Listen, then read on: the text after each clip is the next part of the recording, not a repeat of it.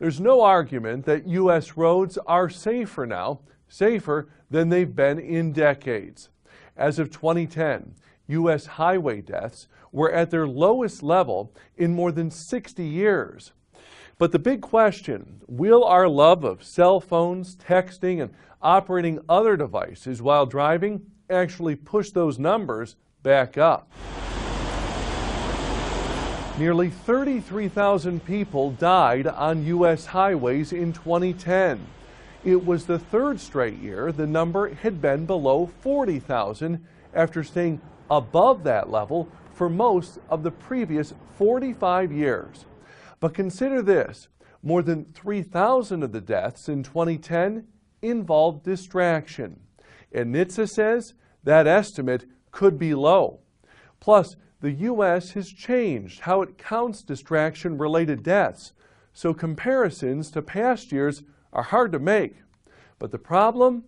Undeniable. Well, good morning, everybody. As we told you yesterday, the U.S. is stepping up efforts to combat distracted driving, pledging federal dollars to enforce state crackdowns. But how will these initiatives affect automakers? You may remember that back in February, the feds issued voluntary guidelines governing the use of built-in tech devices. Among the suggestions, text message restrictions, locking out certain functions, and limiting the use of moving maps and photographic images during driving. NHTSA even studying whether hands-free devices in cars should be restricted. Is active safety the answer? In this 2010 interview, Adrian Lund, head of the Insurance Institute for Highway Safety, said crash prevention technologies could be one solution. Well, we're very hopeful about all this new crash avoidance technology. Things that remind you if you're departing your lane, things that warn you if you're getting too close to objects in front of you. We're hopeful that that will help these distracted drivers by bringing their attention back to the road just when they need to. But Transportation Secretary Ray LaHood says companies need to do more to tackle the central problem. How do we save lives and injuries? They've thought a lot about it by putting technology in cars that prevent accidents. I want them to think hard about it in terms of how they can alleviate distracted driving.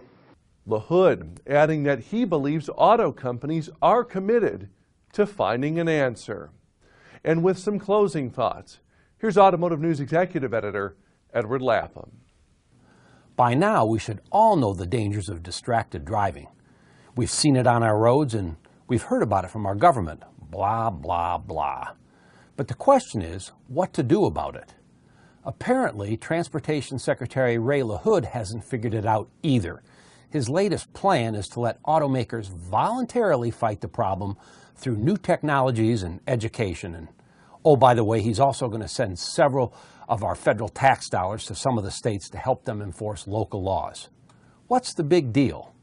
You know, in the news business, we have a saying, dog bites man isn't much of a story, but man bites dog is news. LaHood's plan is barely a growl.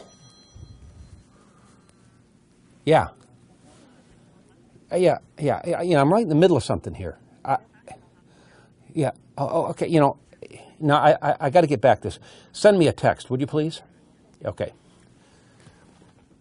Look, in this day and age, it's important that we all maintain a laser-like focus to avoid the dangers of distracted driving or distracted walking or distracted whatever. I'm Edward Lapham, and that's how I